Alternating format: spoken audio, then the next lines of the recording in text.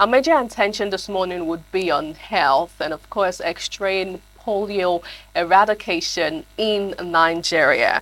So Nigeria, as you know, has made significant strides in polio eradication with no recorded cases of wild polio since 2016. Now, the country's efforts have been spearheaded by the National Polio Eradication Program, which has employed innovative strategies to help combat this disease. In 1988, when the Global Polio Eradication Initiative was launched, polio was present in more than 125 countries and paralyzed about 1,000 children per day. Well, thanks to immunization, efforts have been reached by nearly 3 billion children. The incidence of polio has decreased by 99% since then.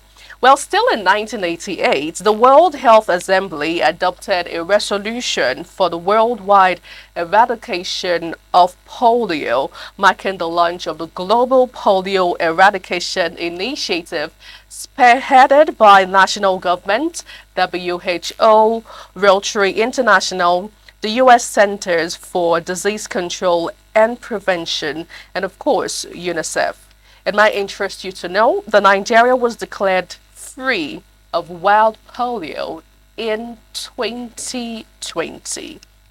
Now, there's a lot of things regarding this disease called polio. And of course, joining me right now in the studio to discuss more about it is Rotarian Dr. Wole Kukoyi. He is the governor, Rotary International District 9111. And I also have the beautiful Rotarian Ife Ejezie, past governor, Rotary International District 9110. Thank you so much, gentlemen and lady, for coming today. Thank you, Thank Anna, you. for having us here. It's nice to be Okay. here. Okay, so I'd love to start with Dr. Wole. Can you tell us about this disease called polio? What does it even mean? Thank you very much, Uncle. Good morning, Lagos. Good morning, Nigeria. Well, that was a very brief and very important history of polio that you gave us. In medical terms, polio, we call it poliomyelitis, but for short, polio. It's a viral disease that affects mainly the central nervous system. When we talk of central nervous system, we are talking of the spinal cord and the brain. It's actually a virus that is contacted through contaminated food and water. That is, when the food is not well preserved, when people eat dirty things, and that is why it's so common in the slums and where food and hygiene is very poor. So when it gets to the intestine, it gets absorbed. It has a special affinity for the brain cells, and that is why it affects the spinal cord. And that is why we see them presenting with inability to walk, with problems with the arms, with the legs. And these are the people we call cripples that we see all over the street. So it's a very important public health disease, and every effort has been made, like you really trace, to ensure that this disease is wiped out of the world. And that is the interest that Rotary has in this kind of situation. It's a public health disease, and by the grace of God, it's going to be eradicated through the efforts of all the agencies that have been mentioned. And if that is done, it's going to be the second disease that will be so eradicated following smallpox. Right. So speaking about eradication, one would begin to wonder, is polio curable? Can it be cured completely? Certainly it can be cured, and that is why we are emphasizing efforts on immunization. You can't believe it, simple doses of polio vaccine when taken can totally prevent polio. And that is the more reason why efforts at immunization is being followed all over the world to ensure that this disease is totally wiped out of existence. And unfortunately, we still have it in just 2 countries. So it can't be totally eradicated. Now let me move over to you, Rotary and Ife. Let's talk about the history of polio in Nigeria.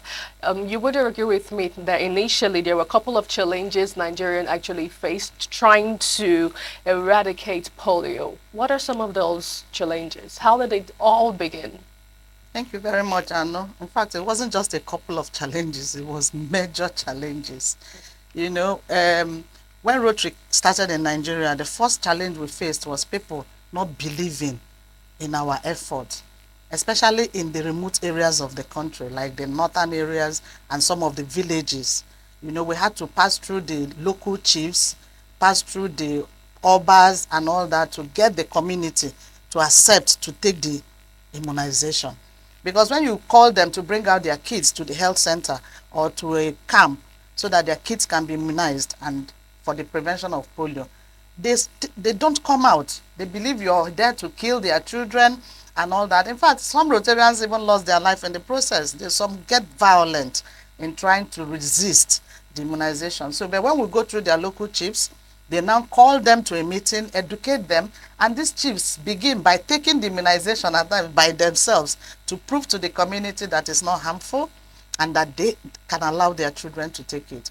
It's been a tough journey for us. Like you rightly said, Rotary started this journey since 1985. It was in 88 they joined the global initiative as a founding member actually. And since that 85, all the way in Philippines, Rotary has taken it upon themselves to make sure that polio is eradicated around the world. And that is a promise we had given to our children. And in Nigeria, by 2020, we were declared free. But we still have in Afghanistan and Pakistan. And we have $100 million challenge with Bill and Melinda Gates supporting us in the fight for polio. You know, and Rotary have spent over and above 2.6 billion in fighting polio around the world. In addition to the challenges we have from Bill and Melinda Gates, 2 for 1, meaning that for every $1 Rotary raises, Bill and Melinda Gates Foundations gives us 2 million. For every $1 million they give us 2. And that has helped us to immunize. And even though Nigeria is free from polio since 2020, we have not stopped in our efforts. Because we all know that last year in Mozambique, there's still a breakout of polio. There was a breakout in New York and all that. So if we relent on our efforts, who says that polio cannot come back to Nigeria if it can come back to New York after over 30 years? So we're still going on with immunization. We're still going to the roots of the villages and the local areas to make sure that children are immunized so that Nigeria can be totally, and the world, we are getting to the world very soon, maybe by next year, Pakistan and Afghanistan may be declared free from polio. And then we can beat our chest and say, yes, we have achieved. Rotary has succeeded in driving polio out of the world. In addition to other agents that have supported us, including government. Right. So basically what you're saying is here in Nigeria, we shouldn't just celebrate completely because it's possible to return if we don't keep up with the immunization and other things. But definitely, still falling back to restrictions and where persons were actually detached and didn't want to allow their children to get immunized. What was the major cause of it? Was it lack of education or exposure or maybe cultural belief? The three put together, you know, culture, education, and the belief. You know, they had not, before then, they had not seen anything like that before. So when Rotary started coming, especially when Rotary is not government, we're just an organization, you know. So they believe that where are they coming from? Who is sending them? They needed some comfort to make them believe that we are there for good purpose and we're there to save their children and not to kill them all.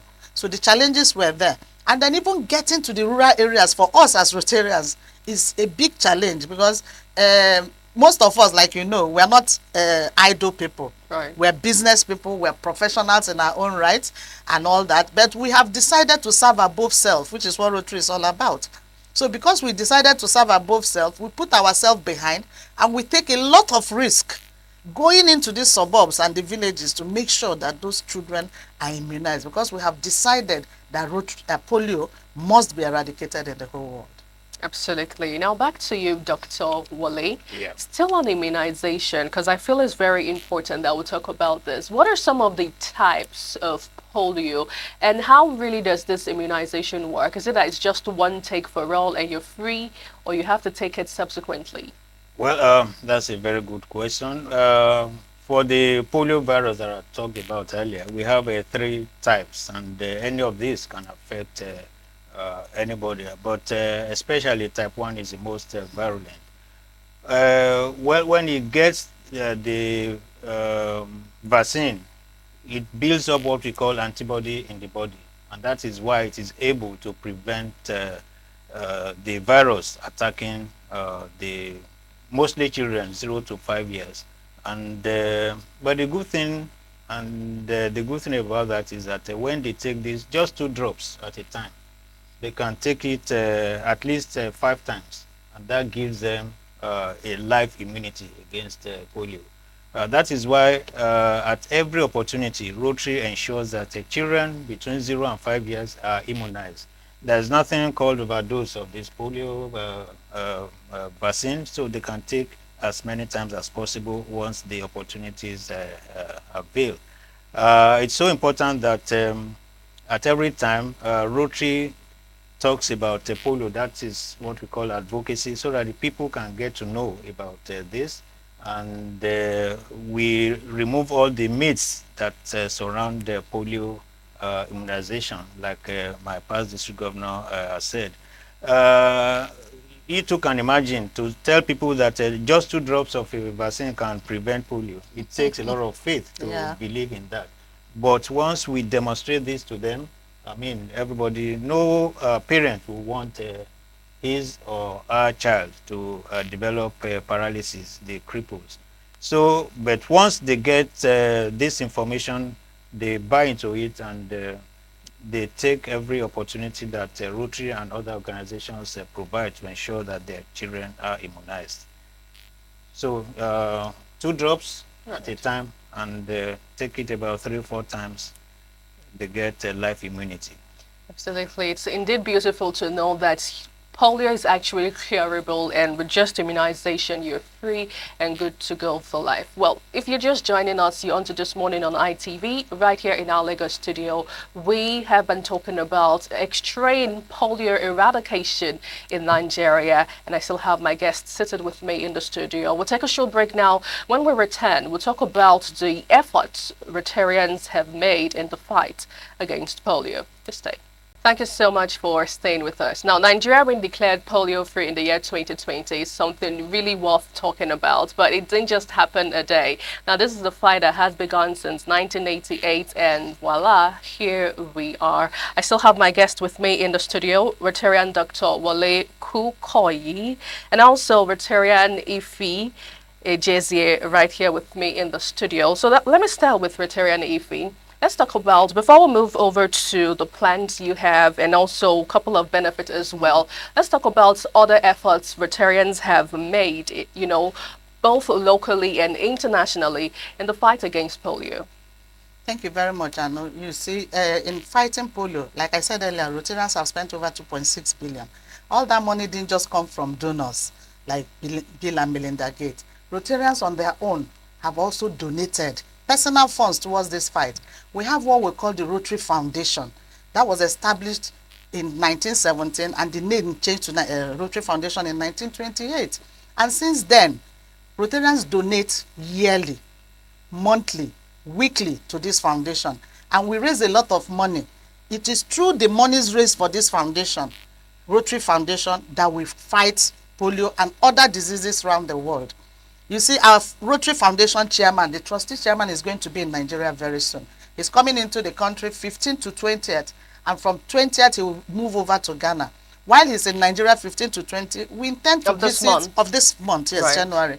We intend to pay a courtesy visit to the president in Abuja, because he's arriving through Abuja. And by the time he's in Lagos, we're also looking forward to paying a courtesy visit to the Lagos State Governor if he will be available. But more importantly, he's coming to see to the projects of all the monies we have raised through this foundation, how the monies are being spent. And then now that Rotary polio has been eradicated in Nigeria, we have gone ahead again. Rotary has provided about $9 million. In fact, it's $30 million to 3 countries in the world to fight malaria, pneumonia, and cholera, which is another deadly disease that people are not looking at for now. The Rotary is already looking at it. And out of this $30 million, $9 million is coming to Nigeria alone because we are the giant of Africa. So $9 million is coming to us, and this is part of what the trustee chairman is visiting Nigeria to see how has the Rotary health challenge, community challenge, how have they started, how are we going to apply this $9 million in fighting these 3 diseases. And when he's around, with all these visits, more collaborations will be entered with government, because we actually need government to support us in all this effort. What we are doing is actually working for government. We are just an NGO. But we have taken it upon ourselves to do this. So it's through this foundation, that is the importance of the foundation chairman visiting Nigeria. His name is past Rotary International President. I normally call them the president of the world, because when he's Rotary International President, he's president to over 200 countries in the world. And so is the foundation chair, trustee, that is coming to Nigeria now. He's trustee to over 200 countries in the world. And he's visiting around the countries, and Nigeria has between 15th and 20th to receive him. And I want to believe that the president will be available to receive him, and the governor of Lagos State will also be available to receive him. And then collaborations, because he's not just paying courtesy visit, but it affords us an opportunity to tell government how far we have come. He will tell them how far Rotary has come in this fight, and even brief them on this new challenge we are taking on, because since polio has been off Nigeria since 2020, we pray and we believe that polio will not be back to Nigeria again. So we need to channel our efforts to cholera, malaria, and pneumonia, which is another deadly disease that takes children, and people are not looking at it. Of course. I hope you'll also be available to welcome our trustee chair, Mark Maloney, and his spouse, Gay. They will be arriving in Nigeria 15th and departing Nigeria on the 20th. They will arrive through Abuja on the 15th, come to Lagos on the 18th, and leave Lagos to Ghana on the 20th. So we look forward to receiving them. It seems everything has all been planned and packaged as well. But let me move over to you, Dr. Wale. Still on the plan, and of course, Rotary International, the trustee chair visits. What are going to be the benefits for Nigerians? There's going to be a lot of benefits. Like you mentioned, Rotary is a structured organization with plans and policies. The trustee chair that is coming to, first of all, thank Rotarians who have been contributing money and thousands of man-hours to the eradication of polio. And of course, his coming is also going to increase advocacy about polio in our community. Yes, Nigeria has been declared polio free, but what our slogan is, keep polio at zero. And that is why that cap is on, so that polio does not come back to Nigeria. So everything is tailored at ensuring that polio has no chance to come back to Nigeria. Well, his coming is also going to stimulate a lot of Rotarians and other donors to continue to give. Giving to a Rotary Foundation is just not a one-time affair. It's something that should be done continuously, because the Rotary Foundation is the engine that drives all the projects of Rotary International throughout the world. And you can imagine how great such projects are in over 200 countries. Rotary combines all these efforts together to ensure that people's lives are improved. Those who are blind get eyesight, those who are crippled are treated, providing homes for people. So these are a lot of things that we talk about. Of course, the other aspect of Rotary's involvement in polio eradication is the actual immunization itself, which you talked about. So these are the 3 areas where Rotary actually gets involved in polio eradication, in terms of advocacy, in terms of funding, and also in terms of the actual work on the ground. Yes. Now, as we tend to coast home, the issue of sensitization is very, very important for, Extremely especially so. for local persons who live in the rural areas. And this is one thing that Rotarians get to do often. But Yeah. do you get support from the federal government? And what role does the federal government have to play in all of this and ensuring that the eradication that we had in 2020 that is still on remains same forever? Yes, we do.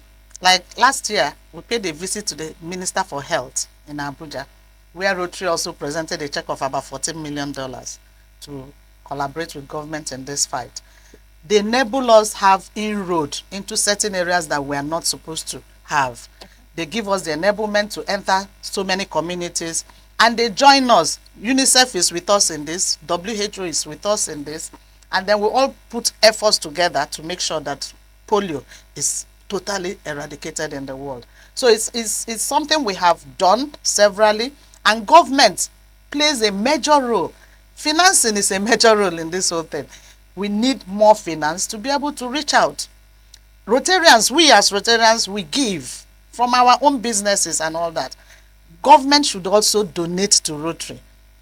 State government should donate to Rotary and partner with us in this drive, so that way it becomes easy. There are so many areas where if without government support we may not be able to enter easily, but with government support and people knowing that government is with us in this will give us an inroad into those areas, and people will be more willing to come out. And also, we are working for government anyway, so why wouldn't they join us in this effort to make sure that we achieve the purpose that we are set out to achieve? Doctor, you want to add something to what she said?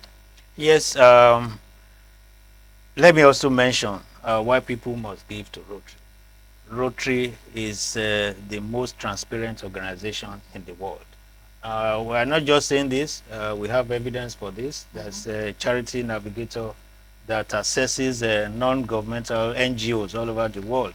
And for 16 years now, we have been having the highest rating. What that means is that whatever money you give to Rotary, you can close your eyes and be sure that it will be spent. 90% of it will be spent on the efforts.